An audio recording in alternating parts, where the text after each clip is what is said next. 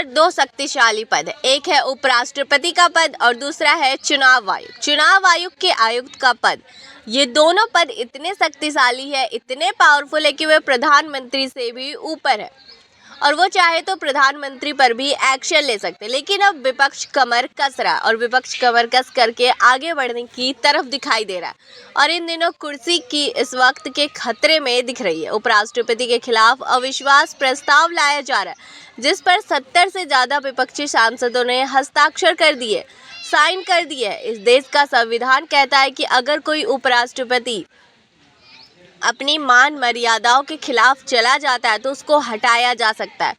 तो क्या अब वही ताकत का इस्तेमाल विपक्ष कर रहा है और अब विपक्ष वाकई महाअभियोग के जरिए, क्योंकि ऐसा नहीं है कि कोई कमिश्नर है या कोई है जो वो अधिकारी जिसको आप हटाना है, आप उसके खिलाफ जो है एक मुहिम चलाएंगे, धरना प्रदर्शन देंगे और वो हट जाएगा। उपराष्ट्रपति को हटाने का मतलब ये है कि आपको महाअभियोग लाना पड़ेगा। उसके लिए अविश्वास प्रस्ताव पहले राज्यसभा के अंदर आएगा, राज्यसभा में पास होगा, तब जाकर के जगदीप धनखड़ को हटाया जाएगा। लेकिन विपक्ष ने इसमें जो पहली शर्त है उसको पार कर लिया, पहली शर्त को विपक्ष पार करके आगे बढ़ चुका है और अब कहा जा रहा है कि विपक्ष को और हिम्मत दिखानी चाहिए और विपक्ष को चुनाव आयुक्त राजीव कुमार के खिलाफ भी इसी तरीके से महाअभियोग चला करके उनके लिए भी ऐसे ही करना पड़ेगा।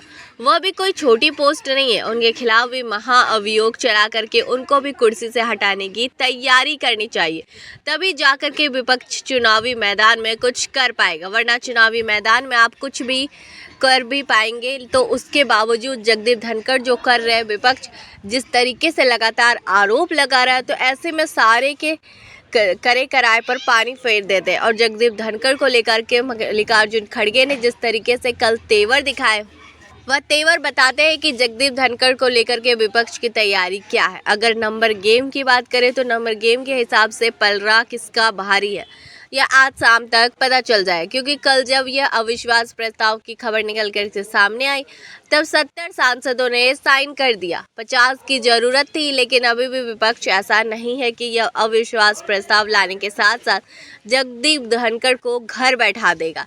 इसके लिए आपको सबसे पहले राज्यसभा के अंदर अविश्वास प्रस्ताव को वाकई पास करवाना पड़ेगा और इसके साथ साथ जो है आपको फिर लोकसभा में भी पास करवाना पड़ेगा। तो आसान नहीं है रास्ता विपक्ष के लिए, लेकिन एक कहावत कही जाती है ना कि मैंने आपको हटाया नहीं, मैं आपको हटा नहीं पाया, लेकिन आपको यह ज़रूर दिखा दिया हम क्या कर सकते हैं।